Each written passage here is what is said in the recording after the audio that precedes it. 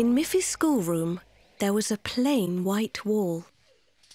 Miffy raised her hand and asked her teacher, "Wouldn't it be nice if we could decorate the wall with some pretty paintings? We can make some pictures and put them up on the white wall." "That's a great idea, Miffy," said her teacher. The teacher handed out paper, pencils and paints.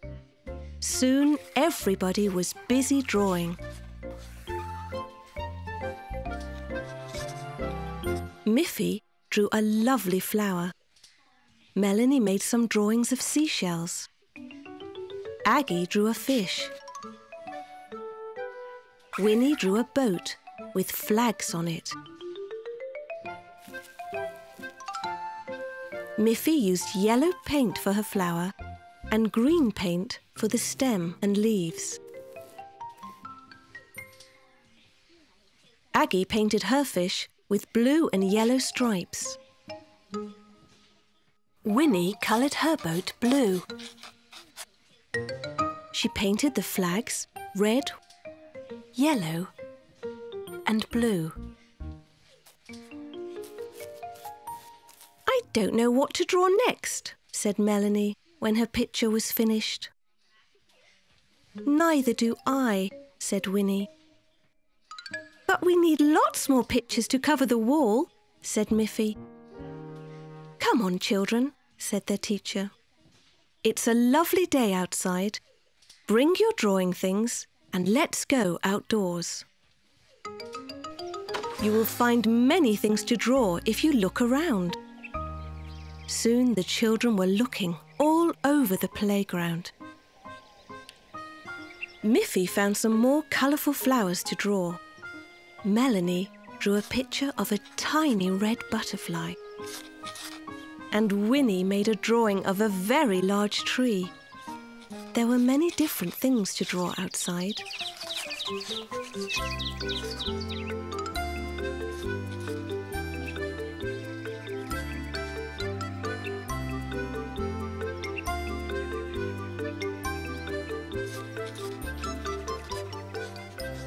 At the end of the afternoon, the children had made lots of different drawings.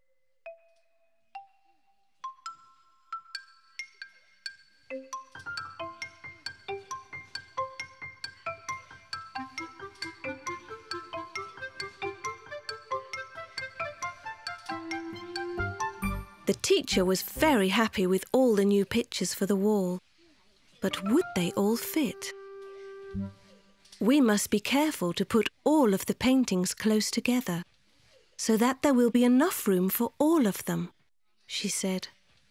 But there was not enough room, and some of the children were disappointed that their paintings were not on the wall. Melanie raised her hand. "I've an idea," she said. "Why don't we change the paintings every day so that everyone can have a chance to put their painting on the wall?" "What a good idea, Melanie," said the teacher. "That's just what we shall do. And that way we can make even more drawings." All the children cheered. Miffy said, "Now it will be more fun than ever to study here." And this was true.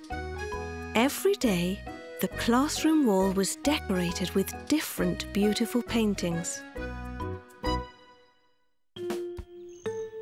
Miffy and Melanie were playing together in Miffy's garden, throwing a colourful ball back and forth.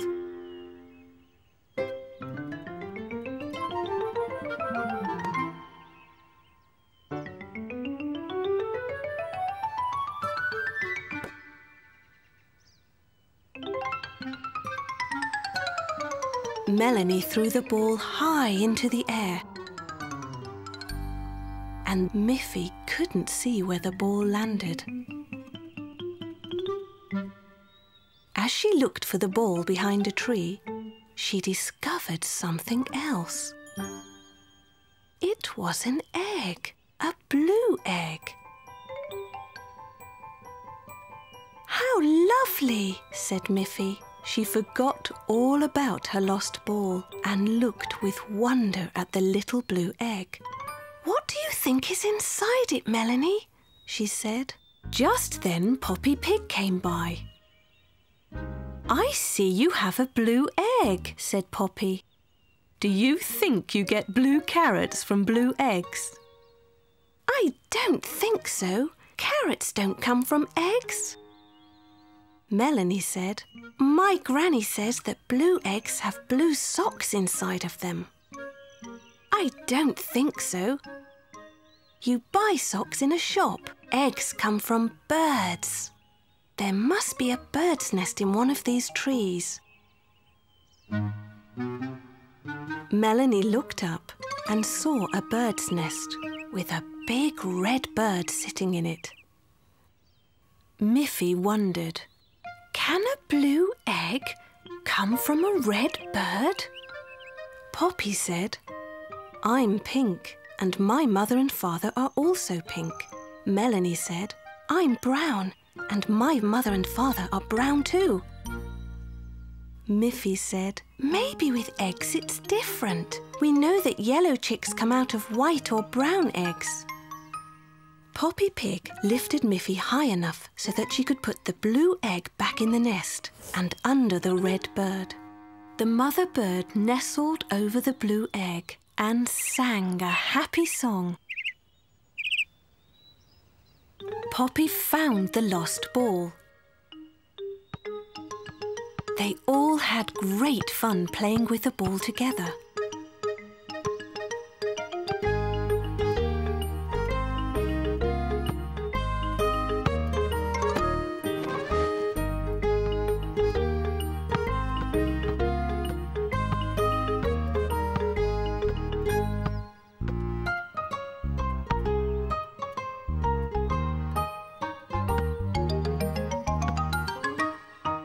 They laughed a lot.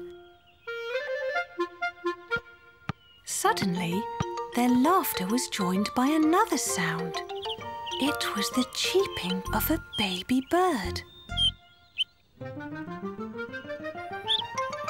There it was, a tiny red bird in the nest.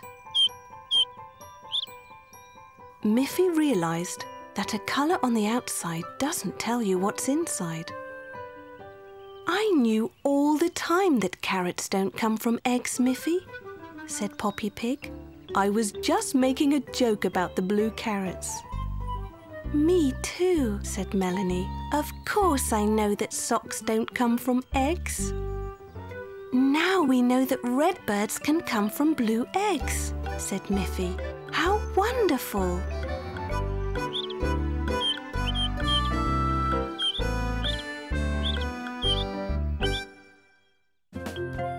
Miffy loved to play in the snow.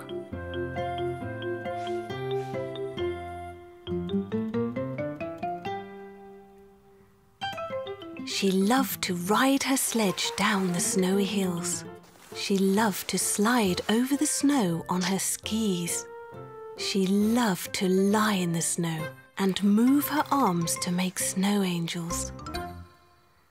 What she liked best of all was to make big snow bunnies.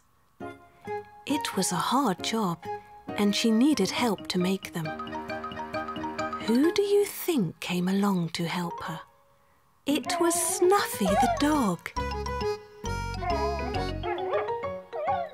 Snuffy loved to run and jump in the snow, and when she saw Miffy trying so hard to push and roll a big snowball, she ran up and helped her. They pushed and pushed together. As the snowball rolled along, it picked up more and more snow. It got bigger and bigger. "That's big enough for the snow bunny's body," said Miffy. "Now we can roll a smaller snowball for the snow bunny's head." Miffy made a little snowball with her hands. Snuffy was able to push it along with her nose. But when it got bigger, Miffy joined in the pushing until it was big enough to be the snow bunny's head. "Now we must put it on top of the big snowball." said Miffy. No matter how they tried, they could not lift the heavy snowball. Just then, Miffy's friend Boris Bear arrived. "Hello, Miffy," said Boris. "What are you doing?" "We're trying to make a giant snow bunny," said Miffy, "but its head is too heavy and we can't lift it." "I have an idea, Miffy," said Boris. "I was taking these planks to my workshop, but we can use them to make a ramp to the top of the big snowball." Boris placed the planks against the snow bunny's body. The planks made a perfect ramp right to the top of it. Now they could roll the smaller snowball up the ramp. It was still hard work, but it was not so hard as lifting it would be. There it was! At last! The snow bunny's head was resting right on top of its body. Then Miffy went to find 2 sticks to make the ears. She stuck the 2 sticks into the top of the head. "They don't look like bunny's ears," said Miffy. She had an idea. She packed snow firmly around 1 stick. She packed more snow around the other stick. 2 perfect bunny ears. Snuffy ran off over the snow and returned with 2 rubber balls she often played with. Miffy laughed. She pushed the balls into the snow bunny's head. "Now he has eyes," said Miffy. "He can see what a wonderful job we did. It was all with your help, Snuffy and Boris. You're such clever friends." Finally, Miffy added a carrot to make the snow bunny's nose. Now the snow bunny was complete.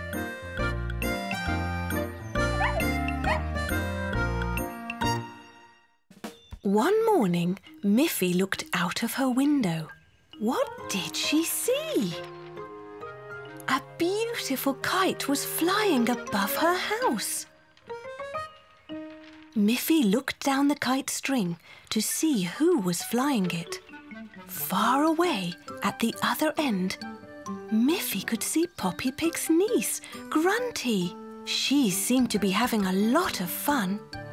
Miffy climbed onto her scooter and rode as fast as she could to Poppy Pig's house. "Good morning, Grunty. Where did you get that beautiful kite? I would like to have one too. It would be such fun. Boris Bear made it for me as a birthday present. Boris is so clever. He can make almost anything. Would you like to hold the string, Miffy, so you can see what fun it is to make the kite fly?" Miffy took hold of the string and flew the kite. She had so much fun that she could hardly wait to have a kite of her own. "Thank you, Grunty," said Miffy. "I will go and ask Boris if he will make me a kite." Off Miffy went, riding her scooter through the forest as fast as she could. When Miffy got to Boris Bear's house, she asked him if he would make her a kite. "Yes, Miffy. I'm happy to make you a kite, but as it's not your birthday, you must help me." "But I don't know how to make a kite." "Don't worry, Miffy. I'll show you how. We'll build the kite together, step by step." Firstly, Boris took 2 thin pieces of wood, 1 long and 1 short. He placed the short piece across the long piece and then held them while Miffy tied them together with a piece of string. Then Boris tied a longer piece of string all around the 4 ends of the wooden pieces. The frame of the kite was ready. Boris took a piece of bright red paper, cut in the shape of the frame.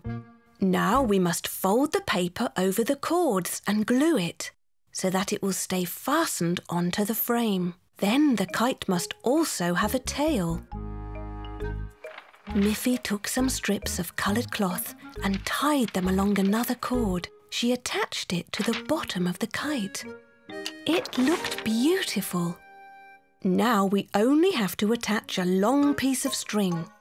Then we can go out and fly the kite. Miffy held the string tightly and Boris held up the kite so that it could catch the wind. The kite went up and up. It danced in the sky. It was beautiful. Suddenly, it dived downward, straight into a tree. Miffy pulled and pulled on the cord, but the kite was stuck. "How shall we get the kite out of the tree?" said Miffy. She was very sad. Boris was already climbing the tree. He freed the kite and let it fall to the ground. "The forest is not a good place to fly a kite, Miffy. There are too many trees." "I'll take the kite to my house," said Miffy. "There are not as many trees there." "Thank you so much, Boris, for this beautiful kite."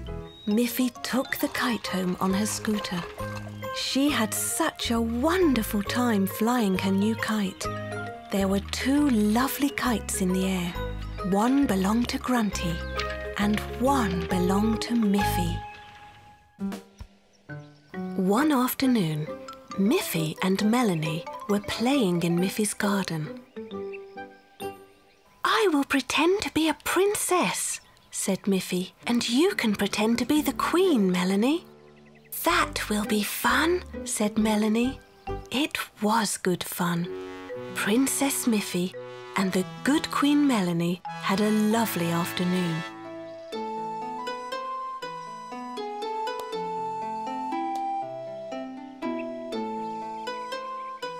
"Melanie! Miffy!" called Mother Bunny out of the window. "Come in now. It's time to go to bed." Soon Miffy and Melanie were tucked into their beds.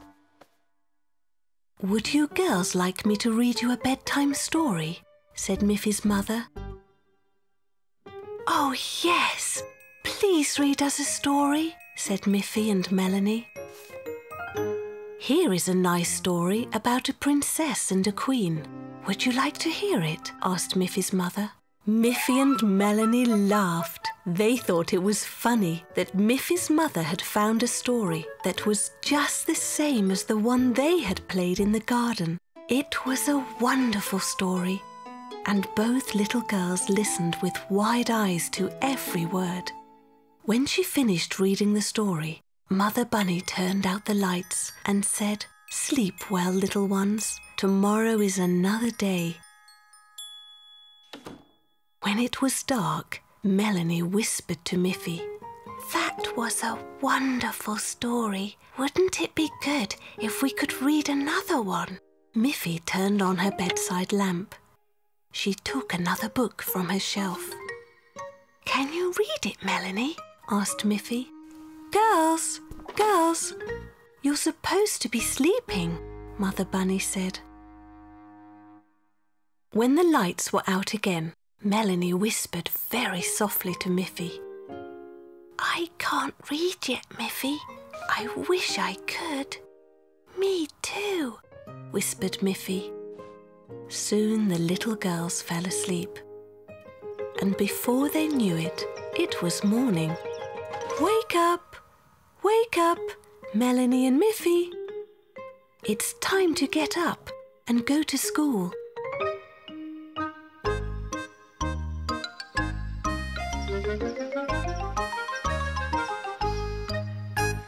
At school, the teacher asked the class, "Do you like stories, children?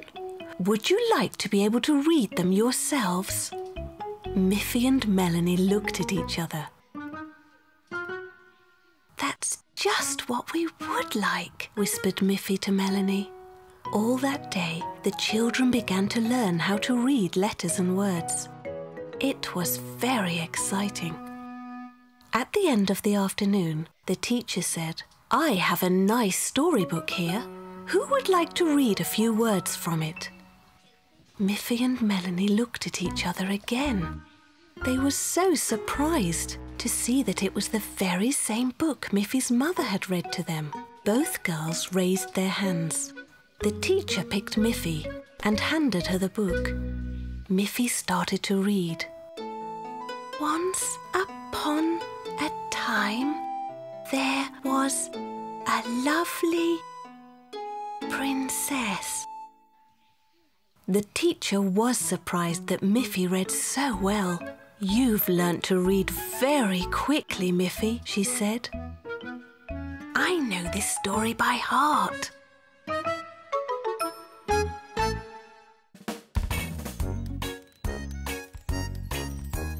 Miffy, Miffy, Miffy, run! With her friends she's having fun. Snuffy, grunty, Boris Bear, Poppy